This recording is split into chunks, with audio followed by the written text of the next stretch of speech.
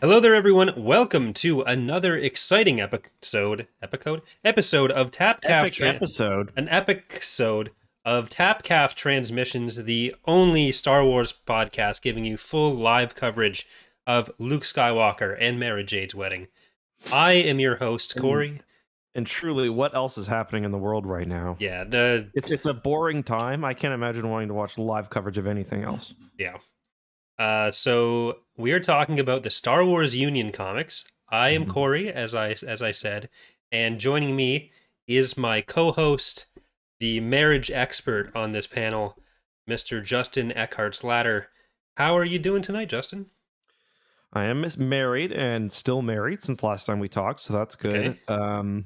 It would have been really awkward if I'd gotten like divorced or separated. Yeah. The panicked message beforehand, like, I have no idea what I'm talking about. Don't make the joke. Don't make the joke. Reputation in shambles. To be fair, Luke and Mara were only married for what, like 20 years? So I got to make it to that. Yeah, right? But they were forced married, which is like being married for twice as long. Mm-hmm. So, yeah, this book has double the weddings, and each one certainly a lot fancier than mine. We had about 100 guests at my wedding, and it still felt like a lot. Did you have an attempted terrorist attack on your wedding, though? That's the real... I'm not going to tell this story. One of my buddies did a terrorist attack in the bathroom. That's all I'll say. Isn't there... We know what Charlie was doing at the time you were getting married, is all I'm going to say there. Charlie shit his pants. So Charlie didn't come to the wedding, but he did shit his pants that day because it was like a stark contrast of our lives. There's been too much toilet humor in the last few episodes of the podcast, so I'm sorry, I have to cut this off here. Okay, fair enough. But so to outline the next little while for everyone, as we get into the discussion of a very deep and dense comic, we'll say lots of content to cover tonight. Yeah. So today we are talking about Star Wars Union. Next week, we will be continuing on with the Luke and Mara saga with Survivor's Quest. Then the week after that, we will be doing episode 99 as a kind of podcast in review, answering a lot of questions, kind of taking our look at the Bantam era as a whole and going from there, because episode 100 will be Vector Prime. I wonder if we're making a mistake not doing the outbound flight. No, we're not. You don't think? I mean, if we could add in an episode 99.5 and do Outbound Flight, sure, why not? Unless do you want to give up the question podcast and do Outbound Flight? Then we're doing 3 books in a row that are quite hefty. Not really. No, not really. We can save it. It'll be a nice chance to revisit the Ronnie boy. And Outbound Flight came out, I think, substantially after Survivor's Quest, so I am kind of looking forward to getting it, like covering it in order that it came out in, but still knowing kind of how it got fleshed out later. Outbound Flight ends up answering a lot of the questions, like the mysteries, so... Yeah, so get some more Kinman Doriana action from what I remember. I think he's in that book, right? In Survivor's Quest? Yeah, Kinman Doriana is in Outbound Flight. He's the one who's like talking to Thrawn most of the time, isn't he leads the Trade Federation expedition out there. Like, he's attached to it as kind of Palpatine's representative or the Republic representative, because that's at the point where the Trade Federation is in the Republic. Mm-hmm. So, Palpatine's simp, yeah. Yeah. That is what he is called in the book. Mm-hmm. But yeah, any other Star Wars news that you want to talk about? That Lego Star Wars has gone gold, I think. Yeah, Lego Star Wars looks great. Not only is it went gold, but there was some new gameplay stuff shown last week. It might have even been this week, but a game just looks phenomenal. Like, this looks like a full AAA Star Wars game. And they could have taken it kind of easy because, like, they've done the Lego Star Wars things in the past. It's been pretty kind of... The game's been very good, but this looks like it's really going to be next level, so... Yeah, it'll be our only Star Wars game coming out for a while, but we know that a lot's coming down the pipe as well, so it looks like it's going to do a good job of filling that hole in our Star Wars lives. Mm-hmm. Other than that, I don't think there's been a whole lot of news. Ian McDiarmid kind of hinted at the fact that he might be returning for Kenobi. I think that's more likely than not at this point. Yeah. Even the concept art showed Vader talking on hologram to somebody. I just think it makes too much sense. Like he's kind of got to be involved, and he's such a good actor. Ian McDermott is probably like he's got to be one of my favorite Star Wars actors because he's so good. He's so goddamn cheesy in like the best way, unapologetically, just totally hams it up, has a total fun with it, and it works. Yeah, and that's like it like Star Wars is it's like George Lucas probably didn't think a whole lot about it. He's like, let's make a character called the Emperor and just make him like the personification of pure evil. And it never really got much deeper than that, and it's the best. Yeah. There's no reason for what he's doing. He's just a dick. He's just a dick. As Plagueis really highlights for us. Mm-hmm. He's just power hungry, and I appreciate that. Mm-hmm. You can relate to it? Yeah, for sure. Yeah, it is weird in episode 6 with the special editions how like Palpatine is supposed to be doing the Force lightning, but instead he's just throwing packets of Vite ramen at Luke. Yeah, well, I went down to the local elementary school the other day and challenged the class president to 1v1 in basketball, then dunked on him. So, well, good job on that. I tried to dunk on him. I've twisted my ankle pretty bad. Okay, well, now the truth comes out. Mm-hmm. And speaking of the truth coming out, Luke and Mara are facing the truth of how in love they are with each other in tonight's comic book. So this is Star Wars Union. It's 4 issues. I'm really of mixed mind about this because I really like the idea. I really like that. So this came out kind of at the tail end of the Bantam era as well. Actually, just after, I think, just after Vector Prime, because Vector Prime came out, I think, in October. This came out in November of '99. So also after the prequels or after the Phantom Menace, and you can see they've kind of realized that the attachment thing might need to be revisited at some point. But yeah, I'm of two minds about this comic because I like what they were trying to do. It's like basically a celebration of all the characters. You get all your Legends fan favorites on an adventure. Well, not really an adventure, actually the opposite of an adventure, kind of just hanging out, preparing for the wedding. But it's executed so poorly, in my opinion, that it's really hard to enjoy this comic or even recommend it. Okay, so what do you think was executed poorly there? Well, okay, so for one, this was a Michael Stackpole project. He wrote it, and the writing is okay, but the illustration is among the worst I've ever seen in comics, I think. It's to the point where it's very, very, very difficult to figure out what's going on. Yeah, like you said, it's a celebration of a lot of the characters, but other than not even Luke and Mara, other than Talon Card, I was not consistently sure of who's who. There were a few shots that were, and that's because of his gorgeous hair. I actually thought they did an amazing job with Talon Card, and I think I know why he's so much better. If you look at the male actors, you can tell that the artist traced or used film references for them. There was one, I took a note of this. There's one scene in particular, and I can find it if people are interested, where I think it's Cam Solusar is very clearly Nicolas Cage. It's very clearly a Nicolas Cage reference they're using for him. And this is something that Star Wars comics do all the time, usually just with the main trilogy cast. Like they'll take screenshots of Han and Leia. Basically, I imagine they just put it through Photoshop or Illustrator or whatever. But this time, they switch between references for the same character. So Luke will be Mark Hamill, and it's pretty easy to follow. But especially in number 4, it's like the reference for Luke was like, what the fuck is going on? This isn't Luke. This is like... I don't even know. This is Larry Skywalker.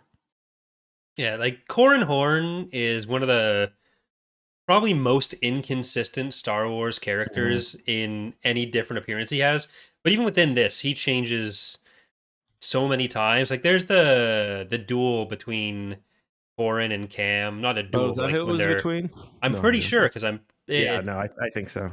And it's you can't tell who's who. I only knew that because it's only 3 people in the room, and that's the names Luke says, but they don't look like anything that comes up later. And like, there's so many places where I thought that Mara was Leia and Yeah, vice I was gonna versa. say the women are in particular very difficult Yeah, to follow, especially because like I think one of them's Winter because she's talking about Tycho, but her hair switches between being white and not white. And I think one thing that sort of makes the issue worse is the fact that the whole comic goes with this style. It's a style that Star Wars has used in the past and still uses sometimes, where it's basically taking an image and removing all the details. yeah, So is making it very flat, and it's just like you've really, really struggled to tell what's going on. Um, yeah. the I gave cover, up trying to figure out which character was who for most yeah, of like it. Wedge at the end. It's like, what is going on? The cover art is much better. Like the cover art for issue 3, it's got Cam Solusar, and he looks just like he did in Dark Empire. Or just like he has in the past, rather, where he's Billy Idol Yeah, with a lightsaber. yeah. Like uh, the basic plot of this is just they're setting up the for anyone who hasn't read it. They're basically just planning the wedding. There's a few like uh shower events basically, including some literal showers. Yeah, I was gonna But say, how many times can we get almost topless shots of the Star Wars EU yeah, women? which half the time the only way you can tell them apart is their costume, because it's Mhm. something that like League of Legends had a lot of problems with for a while as well, where like the female characters are the exact same face model, just in a different costume and dressed as Mhm. little as possible. And Mhm. they seem to go that direction here as well, which it not great. But Yeah, that scene where they're like in the spa. I couldn't tell whether it was supposed to be the same character in like repeating frames, yeah, like moving across, or whether it was different characters talking to each other. It's like it's such a mess. And in some books that would be okay, or some comics it would be okay because the story would kind of, tell itself, or you'd be able to tell from context. But in this, it's really just about everyone hanging out and talking. yeah. But that's always been kind of my impression of what this was for. It's just kind of supposed to be pretty Hmm. much pure fan service to just show Luke and Mara's wedding. And It's like the Citadel DLC of yeah, which is like I have no problem with that. Just the art could have been better for telling the oh yeah, characters apart if totally. that's what it's going to be for. I in fact I like that. I like Yeah, that. And I wish there were more of it because it is cool to see like these characters, you know, in this way. But yeah. it's so let down by the art. Also, I just sent you a picture of the Cam Solusar art on Discord. If you want to take a look at that, like that's got to be Nick Cage. It's got to Yeah, be. For those who absolutely. are They wondering, took it's his issue face off. 1, about halfway through. So Yeah, like so the plot of it is just them getting ready for the wedding. Mara needs to find a dress. Luke and the boys go to a bar, get into a fight. The girls go and take down a swoop gang at a Blurns Ball event, a Blurns Ball match. And there's kind of a B plot of there's some disgruntled Imperials who are going to launch a terrorist attack on the wedding, kind of show the mhm. New Republic that they're in charge now. And Luke and Mara get all these uneasy feelings about it. But the resolution there is that everyone else comes together and takes care of it so that Luke and Mara never really have to interact with it, other than one guy sneaks in and Luke says, Mhm. "Hey, you don't have to kill us. We're all good people." And he's like, "Really? I can join?" And then everything's fine. So it's nice to see everyone kind of paying back their debt to Luke and Mara as Yeah. the Yeah, I wasn't sure if there was going to be like a Yuuzhan Vong hint or something because I'd never read these before. And like the beginning of the second issue kind of has like a thorny creature that looks very Vong like, but I don't think that was meant to be the reference. I thought that they might hint at that being the impending danger, but not really.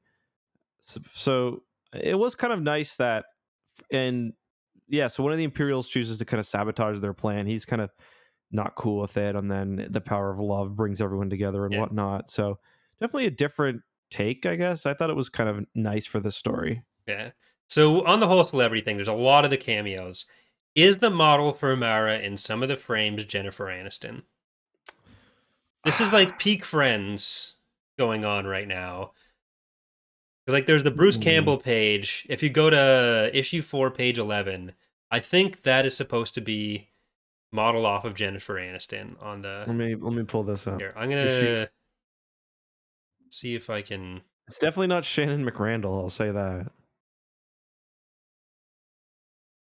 I'll see if I can pull it up on the stream. I think that's what it is. Happening in the. It's just Mara kind of looking the left, while Leia looks up to the left, and Leia's saying, "You're more beautiful than ever, Mara." Oh yeah. I can see it. She's definitely somebody. Yeah, I'm not sure who she's supposed to be, but it's like the most confusing part for me was definitely the end of the issue. I had no clue who was supposed to be who in that gunfight. Like Wedge got. I thought it was Han explaining to everyone, "Oh, we're going to take care of everything. You don't have to worry about it." Then he tells Han what to do, and I'm like, "Oh wait, that's Wedge." Can you go down 2 pages or the next page after that one you're just looking at? Who's the man with the widow's peak? The man with the widow's. 2 pages after? Sorry, it's the next page actually. Okay. The man at the bottom who's saying something in his voice I don't like. Who is that? So I put up on stream. That's Tapcaf. Never mind. There. That's my. I think that's Jennifer Aniston. Okay, Widow's Peak at the right. The guy who's saying something in his voice I don't like. At the bottom left of the page after the Mara page. That was Richard Nixon. Right? But who is it? Like I think that's supposed to be like Hobby. Okay, that makes sense. Because so this is who he's talking about for anyone. You can see right up Wedge's nose. Because that's one of the ones that's out supposed to be like Booster tells him to go back inside later, I think. Mm-hmm. He's one of the Rogue Squadron people. I think it's Hobby.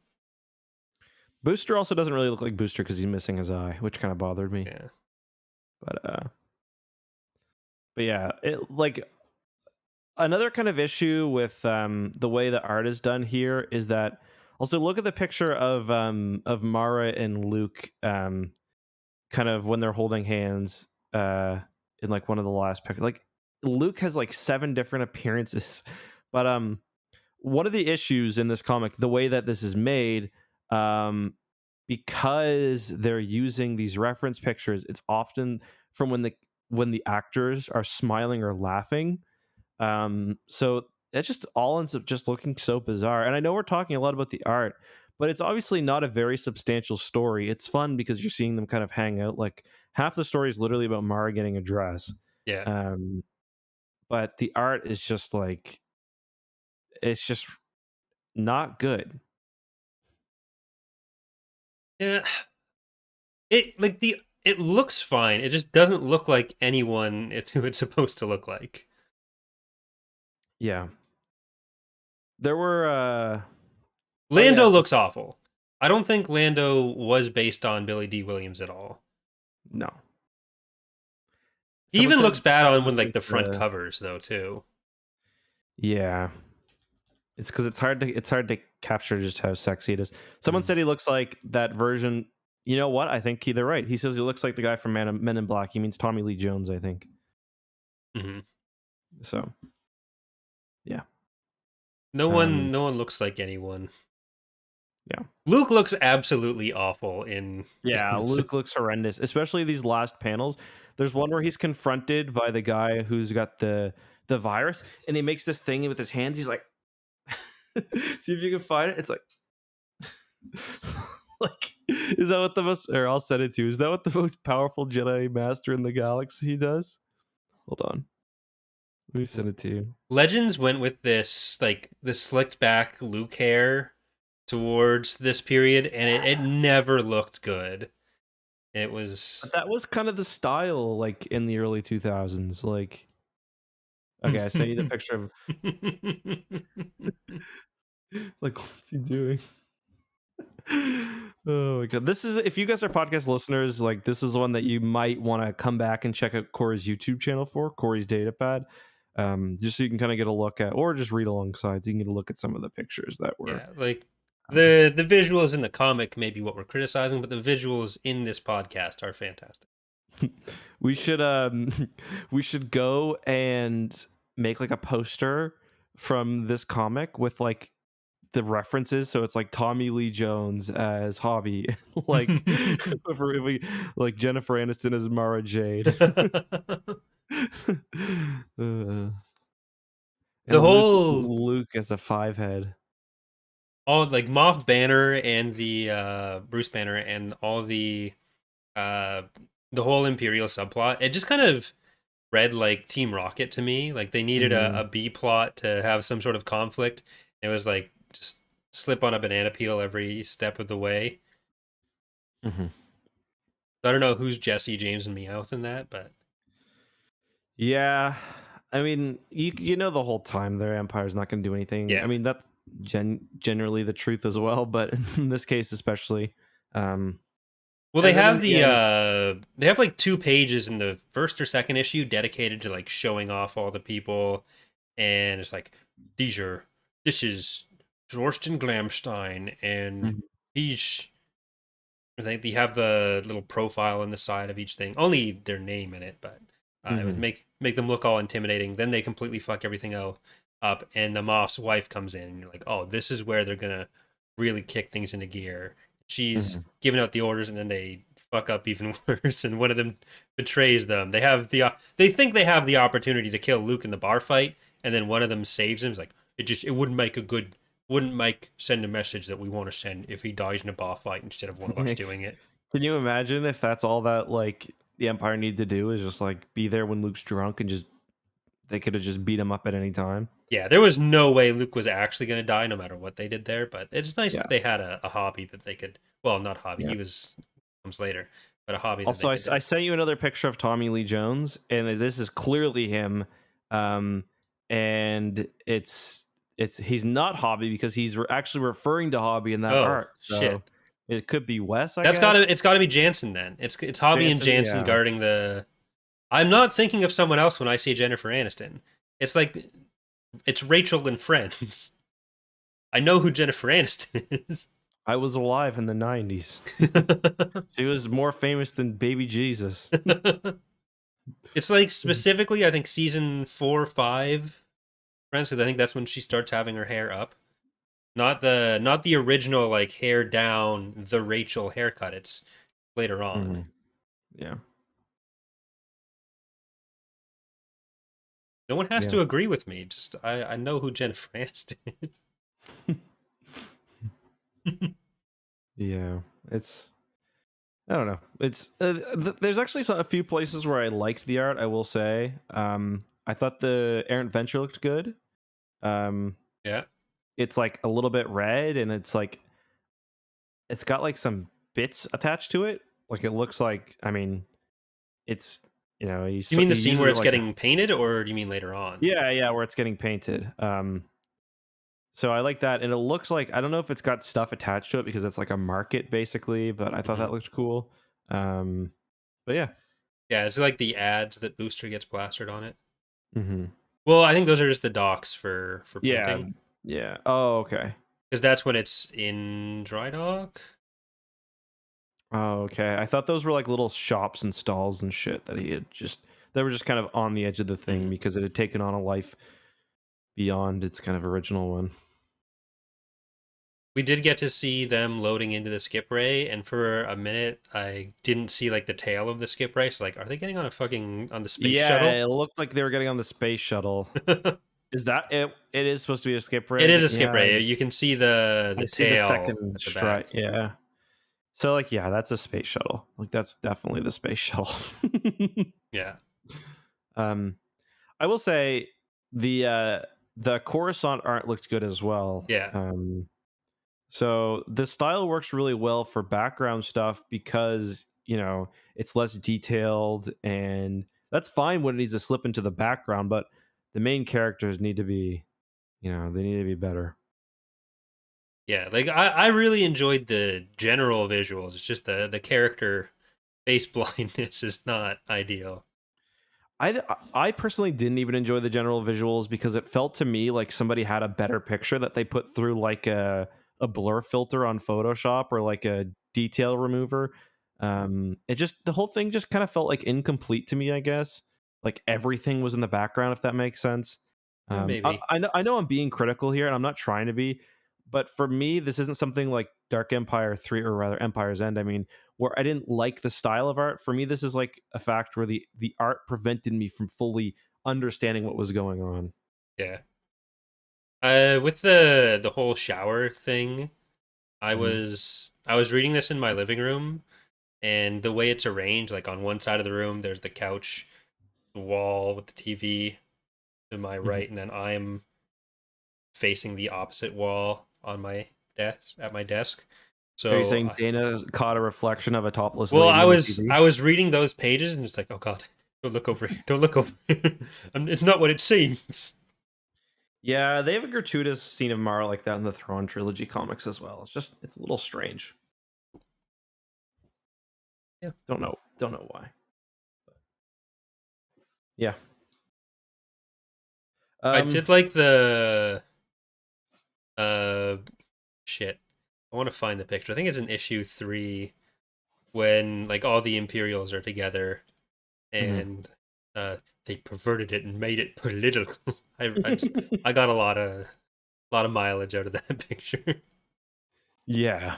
They're What talking did about you? like the legacy of the Empire and the Yeah. all the Imperial machines they have in the Mhm. museums. Like this used to just kill people, but now they've made it Now it's political. political. Now the Death Star is political. Yeah. Yeah. Um. Uh, one thing that I like too is I think we get the first Antilles child in this, don't we? I forget her name, but Sile. No, there's the two of them because it's Sile and the right. younger one. And I is At that first, I thought that was a Jason? sister. Yeah, and they're like kind of flirting a little bit. Well, not flirting, but Yeah, they're Jason nervous around each says, other. "Mom told me to come over and say you have a pretty dress." Hmm. Then Sile says, "Yeah, until Hmm. or is it until Sile gets through it?" But yeah, yeah, I know. I also like the fact that they're at the Jedi Praxium and they're like, "We'll leave Ganner in charge." Like, how low is the list of authority figures got to be that Ganner is number one It wasn't next in just line? Ganner; it was It's Ganner and Worth Skitter. Ganner and Worth Skitter. Like, is there nobody else around? Where's Streen? Well, Streen, I think, gets to come to the wedding, right? This is where all the Yeah, riffs from NJO really come into play. It's all the people who got to come to Luke and Mara's wedding versus all the people who got left back to watch the nerds. yeah, exactly. The nerds. I'm gonna send you one more picture, and then I'm gonna stop. And I want you to tell me to my face that this is not a picture of like somebody suffering from oxygen illness, like in Total Recall. Well, the Like, best picture is take a look like at that. Like that looks like somebody who's like I don't like. It looks like a really cheesy 80s movie effect for like someone who just fell 30 stories and landed on their back or something, or got ran well, over by a steamroller. did you know it's all in the wrist action? There's a lot of great stuff in here. We'll need it if we are to succeed. Oh man, there's a lot of potential for memes. I Yeah. wish, yeah. My favorite might be the I'll put it back on screen. The picture of Borsk and Elagos coming in with Talon and Mon Mothma. Like Borsk just looks Bothan depiction not great at the best of times, but Elagos uh was good though. I knew who Elagos was immediately. yeah. Like, it's clearly recognizable as a Bothan and a Kamasi, but Mhm. Borsk's face looks fucking awful. Oh, that's why that was replacing you. If I can do this without replacing your face with the comic. If you do, away she goes. If you have to replace me with that dude who just got ran over by a steamroller, you know what? I'm okay with that. What page is that on? And then I'll pull it up too. Or which comic Um, or which it's issue. the second one. I'm pretty sure near the end. Yeah. Here's Elagos and Borsk. Yeah, good stuff there. We also get a hot chalky scene. Yeah, Luke gets a lot of hot chocolate in this. Han orders him a hot chocolate and a brandy for himself. Orders him He's a double. Give my brandy to him. Han was pretty good in this. I think Han was done really well. I liked Han a lot. He was kind of like the. I mean, it was kind of an interesting story for like the, you know, a guy getting married. It's something that Yeah, it's a Star Wars sitcom. Yeah, all these guys who have been through it are like, women suck, but really, like, don't fuck this up. Like, marriage sucks, but of course they're not serious. They're just like, it's the same shtick that the guys. It's a kind of tired shtick, but a little tired, yeah. I'm trying to get down to the face. This is gonna make the payoff all the better, though. Frame it all nicely. Mm-hmm. There it is. What a face. Yeah, it's that both of those are pretty good. Donta Irie, that's me at like about halfway through beer.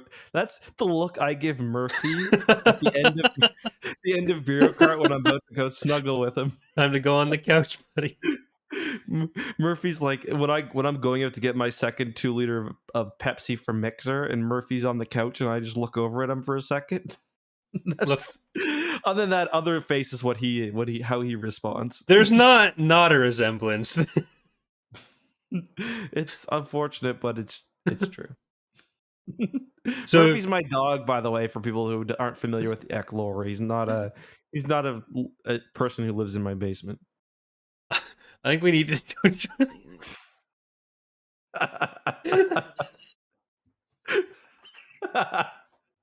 I think we could take that face because, like, I feel like for one, we could find someone who could be Tacker or whatever his name is. I'm definitely Donta, about 10 beers deep. Can you just replace me with him?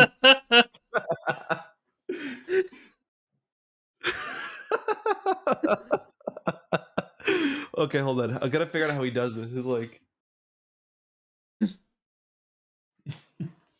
close your left eye and try to raise your right eyebrow a little bit, and then just smirk a little bit on your left side. There you go. Angle your head a little bit further in to your right. No, other way. Sorry, I couldn't hear. I had my headphones off, so. Man. This ended up being a lot more fun. Oh my god, that was fantastic. So the tweet you made after our discussion about the NFT, like who's going to sell you NFTs in Star Wars? Yeah. Did you see the picture I posted with like Rosh and Jaden? No, let me see this. It's just the thing where like Rosh is sliding in onto the chair next to you in Jedi Knight.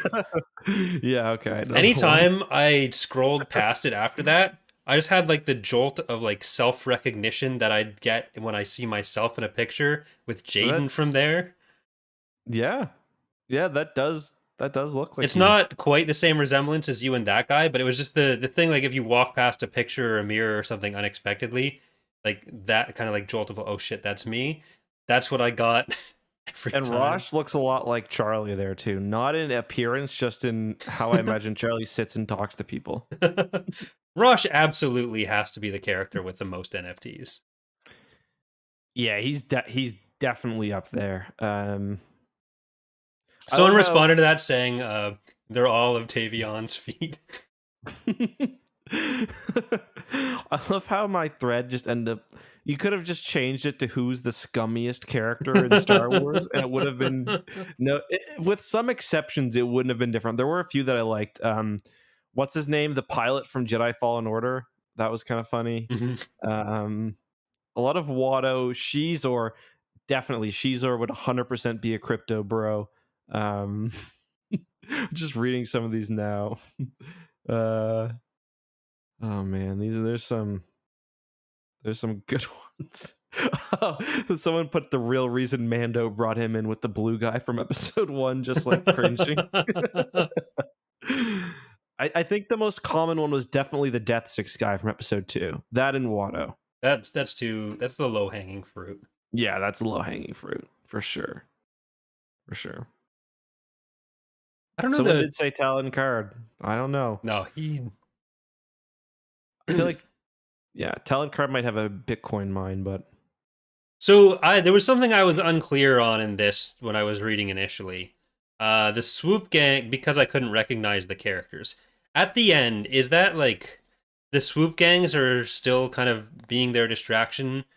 Then Booster sees them, he's like, "What the fuck are you guys doing here?" And they're like, "Oh, yeah, yeah, they know who they Booster know." is. So I Yeah, think what happened is they just got caught up in the fight in the bar, right? yeah, And then they're like they didn't like they're not Imperials or anything, but you know yeah. So they're just trying to they're trying to find a good fight. yeah. God, the picture of Luke at the altar has to be the worst one. I'm gonna put that up. He looks like he should be in The Godfather in some of this. You don't mean the one where he's going? No, this is that one's bad, but it's partially just so small. This the one where he's like, oh, I can't. Oh wait, it's just backwards. Tag yourself in Star Wars Union. I'm Godfather Luke.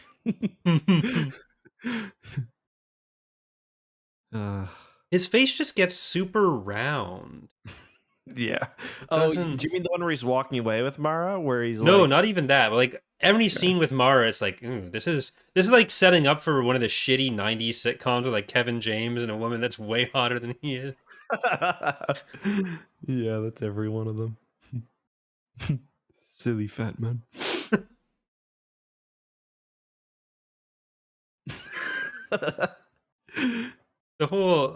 It's all just not great.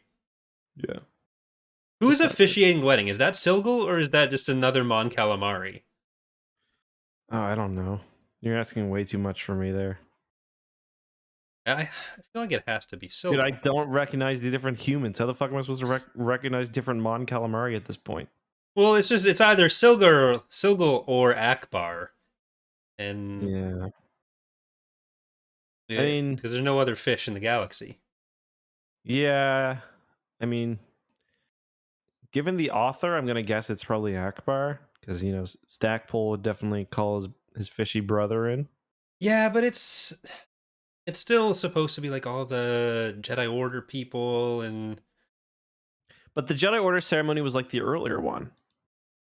Also, I found the most Chad. Right. I found the most Chad version of Han Solo you're gonna see in your entire life. It's on it's the first issue or the first page of issue 4, or the first actual page of issue 4. It's literally the most Chad version of Han Solo I've seen in my entire life. It's like he's Nathan Fillion or something. He does look like he's doing some modeling there. Yeah. Have to open that. Yeah. Here we go. Luke mean mugging the camera. Yeah. The hardest kids you know. Well, I think that we've covered the plot very in depth here. We got the Jedi ceremony that we hadn't mentioned before. We had the final ceremony. There was the whole thing of like, oh, is this going to be too religious if we have all the Jedi doing a Jedi ceremony here? Like the Jedi, there's no standard Jedi wedding. This was not allowed 20 years ago. This would have been right before we found out that wasn't the case. And Luke does mention you can kind of, because this would have came out after Phantom Menace, right? So would it have been made though? Yeah, that's the question. Either way, it feels like they had some hints that the Phantom Menace kind of, because Phantom Menace came out in May, so because I did ask Troy Denning about some of the NJO stuff because some of it would have been being made concurrently with Phantom Menace, and he said that they had like the authors there weren't told anything. I don't know that they would have had anything extra for this I don't either. know what the turnaround time on comic books is, but I feel like that's something they could have added between May and November Mm. to make this work. You know what I mean? Yeah, But I could be wrong. I did a video about this that I'm going to be putting out soon, but it does mention in Survivor's Quest, like Luke is talking about his relationship with Mara, and he says that Yoda did tell him that it's not cool for Jedi to get married or be in. Oh, Yeah, so Die says there's a Toydarian in Union, although admittedly that could have been based off the trailer. yeah, like that could have just been extra. This is a thing you can throw in. Yeah, I thought I saw one of Kiadi Mundi's. What are they called again? Are you Syrian right now? Syrian, yeah. I thought man, every time I hear Syrian, I'm like, what is Syria doing in Star Wars? Because when I listen to the audiobooks, um, Yeah. also, um, this is really funny. I meant to mention this on the podcast we did for Thrawn duology. I was listening to the audiobooks for those, and I misheard. They call Talon Karrde a genteel smuggling chief, Yeah. which I thought they said he's a Gentile smuggling chief, like a non-Jewish. And like in my head, I just like said, okay, like that, yeah, okay. Talon Karrde's not Jewish, and kind of just like filed that away for later. I was like, wait, what? So, like the Gentile smuggling chief. Okay, got it. It's not wrong, but it's also not relevant. Yeah.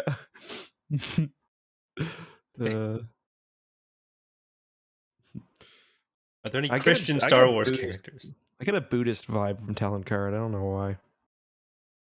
That's weird. Yeah, I know. Is are the Ang-T supposed to be like the in-universe stand-ins for? Is that what Cardis is doing? He's just in a Buddhist retreat right now. Probably, I guess. I don't know. I feel like he's off like just doing mescaline somewhere, or like just like in the desert, just like doing peyote, maybe. They do dunk on Luke a bit for not having been kissed before. Yeah. Before meeting Han and them, so Yeah. not very nice of them. Yeah. Yeah. He's like the first action Luke got was with that tauntaun. Am I right? Never been inside anything before, have you, boy? That's why your dad turned evil too. Oh well. This is fun. Do we have anything else you want to mention about this? I mean, it's. I don't think so. It's a fun experience. I'm just gonna read some of the notes I had. Let's see, drafts. I had nothing good. Just double check, nothing good. All right, so I did go through a lot of the emails that we've received in the last few weeks, and I've starred some of them for our episode 99 because there were actually quite a few questions kind of dealing with talking about the transition from Bantam to Del Rey and that kind of thing. A few questions about Book of Boba Fett. So those will all be things that I think will work well for the Q&A video. I'm going to try to, if there were a few that were kind of similar, so I'm going to try to pare them down and kind of get the essence of all of them. So we'll put out another call for questions to be sent in next week. But yeah, and you've developed a new tracking system, right? So well, did yeah, you just tell me about that? Yeah. The system is I click star for stuff we're going to answer in a future episode. Did you say you added them to a spreadsheet? Yeah. Okay. Well, yeah, I also have a doc. Either way, I think we're less likely to lose them now. But still, if you really want to make sure your question comes in before we do the big questions episode, then you should probably resend it, just in case. Yeah, probably. Especially if it's from like, listen, if it's from like 2 or 3 episodes ago and we didn't get to it, pretty good chance we're not going to. Yeah, so. I have some from the last, at least since the start of February, marked off. But we'll talk about that again at the end of next episode, and we'll go from there. I did collate some, or collect some questions from the last couple episodes that were about, and from this last week that were about either Union or Vision of the Future specifically, or the Hand of Thrawn duology, which we are going to answer now. It is only two emails from there, but Our first one comes from Tully, who says, "Love these two books for how much it makes you support the." This is about Hand of Thrawn. How much it makes you support the villains who pull off their wacky schemes, and that somehow works. You think they could have turned the tables on the New Republic if they succeeded at Bothawai and had not had magic space monks expose them? No. Yeah. No. They don't have they're not Thrawn. Like, as much as they want to be Thrawn, like, Yeah. the New Republic would have found the Kamos document in some way. Yeah. I don't think it was ever going to work, really. The New Republic could have fallen apart with everything happening at Bothawai, but I don't think the Empire was ever going to come back from it. Or, like, the Empire was not in a position to beat the New Republic. And Pelion was kind of hammering that home, that even if the New Republic falls over here, the second we become a threat again, they're all going to do the same thing again. And the basic plan of, let's make them all fight each other at Bothawai, and we're going to put 3 Star Destroyers there. Like, it wasn't them finding out the Bothans were not responsible. Yeah. They had a much better plan that they started to pull off. They open the shield, and then they go into one of the ships and start blasting from there. Because then it's like a false flag, and you're also getting the damage done. But, like, the Empire, it's not needed. You don't need to wipe out every single ship or all of Bothawai in one fell swoop. That makes it worse. So they never needed those Star Destroyers there. There was no point at which the New Republic would have been so busy fighting each other that they could have come uncloaked and been like, haha, there's 3 Star Destroyers here. We're all gonna kill each other now and ignore that. Like, that was always going to pull the New Republic back together for at least that battle. Yeah, exactly. If anything, the Empire would have wanted to stay completely silent and done nothing. Because they offer a common enemy for and that's exactly what happens at the end. They offer a common enemy for the New Republic, and that ends up really releasing a lot of the tensions. So yeah, it was all about the wrist action. Yeah, all about the wrist action releasing tensions with the snap hiss. And speaking of that, our next question from Andrew, who greets us both, he gives us both dark greetings and dark farewells. So wow, you, Andrew. That's a little. I don't like the dark farewells. Don't answer. Don't end with that, please. Well, he said, I had a quick thought about Vision of the Future, and that's that I noticed that everyone is growling in this book. I'm pretty sure every character whose perspective we get growls at least once or twice in reply to someone else that they were upset at or whatever. No, sardonically is the meme word from Zom, but I think growl definitely takes the cake in this book. I don't agree with. There are a few words that I think appear more common than growl. I think everyone refers to the fringe at least once. And there's a lot of soothing going on. There's a lot of points, a lot of soothing, snap hisses when other lightsabers are around. Low whistles. Trills. Yeah. I agree that there were significantly less there were significantly less sardonically. There might not have even been a sardonically in the final novel. Well, if only we had a text document that had all the sardonics noted from the entire post Endor. So let's see. Let's open that bad boy up. You're an absolute freak for doing that, by the way. It only took 2 hours. Absolute mutant for doing that. Oh yeah, Scourge we never read. Shit, where's Vision of the Future? If only I had done a better job at organizing this. Vector Prime had 0. AOCHT had 2. Don't know what that is. Something Agent of Chaos, Hero's Trial. There we go. That's what that is. Of course. Rolls right off the tongue. Crucible Bakura, none. Shadows of Mindor had 1. That's shit. How the fuck did I even? Anyway. Yeah, I can do it. I'm opening the book right now. Let's see. There's 2 uses, so it's not bad. 2 Sardonicles. Yeah, you got better. Yeah. See how many soothe. Oh, there's a lot of soothe. There's soothed and soothingly. There's at least 15 soothed or soothingly. So the man likes what he likes. I appreciate that. There's whistled softly, pensively, suspiciously, softly, softly, impatiently, blithingly, or no, blithely. Sorry, blithely. Blithely. I don't know what that means. So there are 328 points in the book as well. Okay. People pointing things out, pointed out, point. Mm-hmm. That does include the introduction to stuff. And I say this as someone who uses the word essentially or basically about 30 times.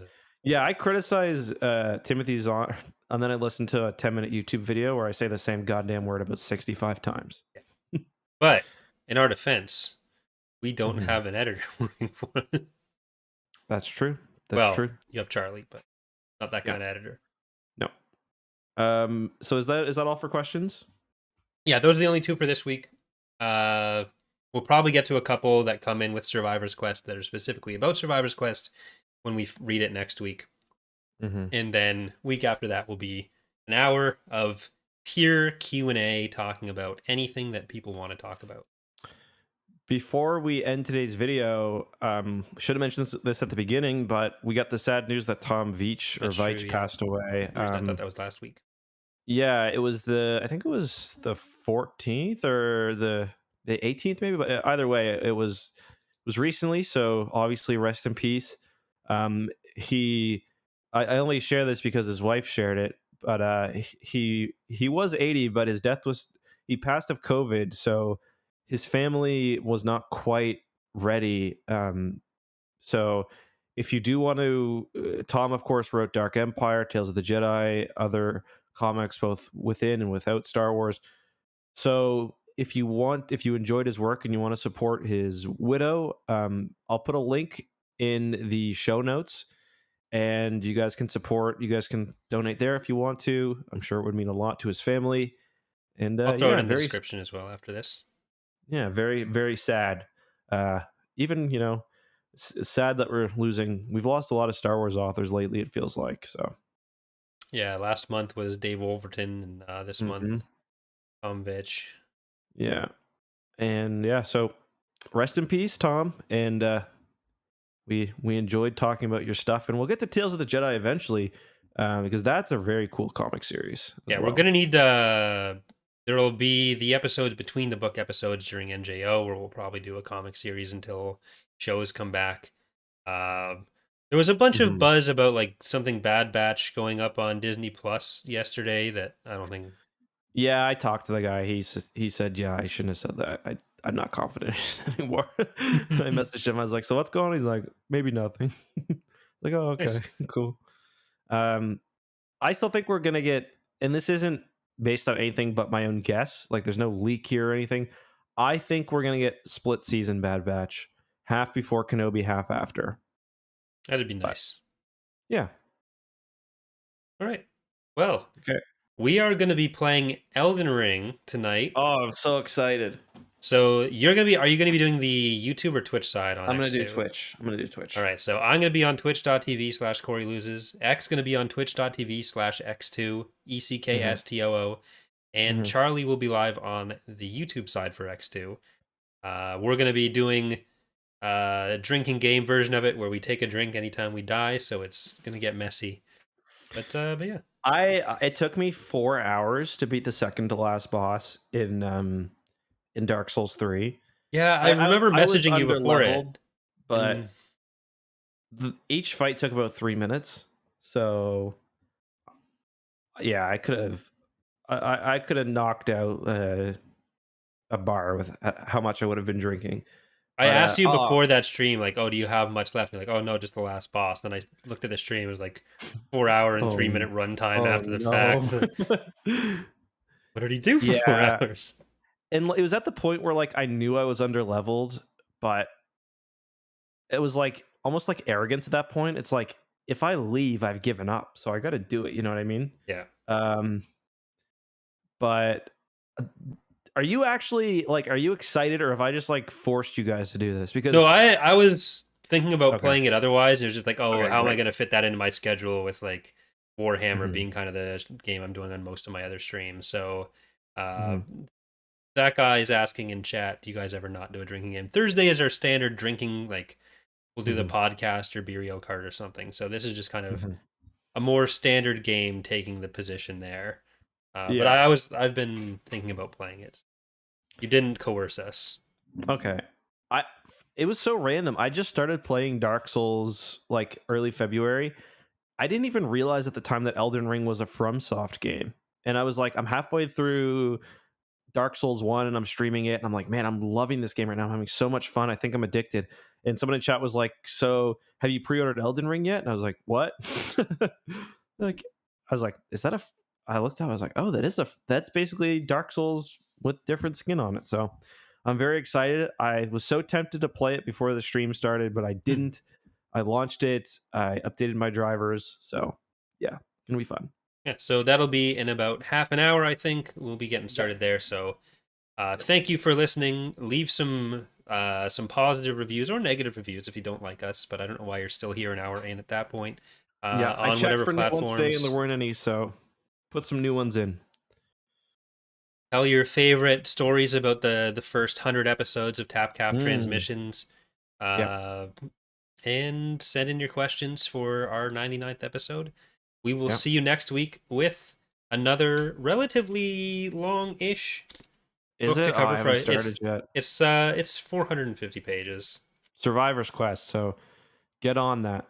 We're keeping the Mara Luke train going. I don't know. I have only read this book once. I think I only barely Yeah. remember what happens. I So don't I'm think excited. I don't remember there being a B plot. It's been a long time since I've read it as well. Like at Mhm. least 10 years. And I think it's all just Luke and Mara. Like obviously Yeah. they're with people, but like there's no other plot line. I have a memory of reading. For some reason, I had a copy of the Thrawn duology, of Vision of the Future specifically, and I think Survivor's Quest when I was younger. At least Vision of the Future, and I didn't read the whole book, but I remember skipping forward to the part in Vision of the Future where they're talking about like the mysteries in the unknown regions, and I was like so hooked. I wanted to know more than anything what it was, and that was partially what kind of got me really into reading Star Wars stuff. So Hmm. yeah, because it's a very interesting hook, the whole Empire of the Hand stuff, and we're going to learn more about Thrawn and the goings on in the unknown regions this week. All right. Thanks for All watching, right, everyone. Thanks for listening. And thanks for being you.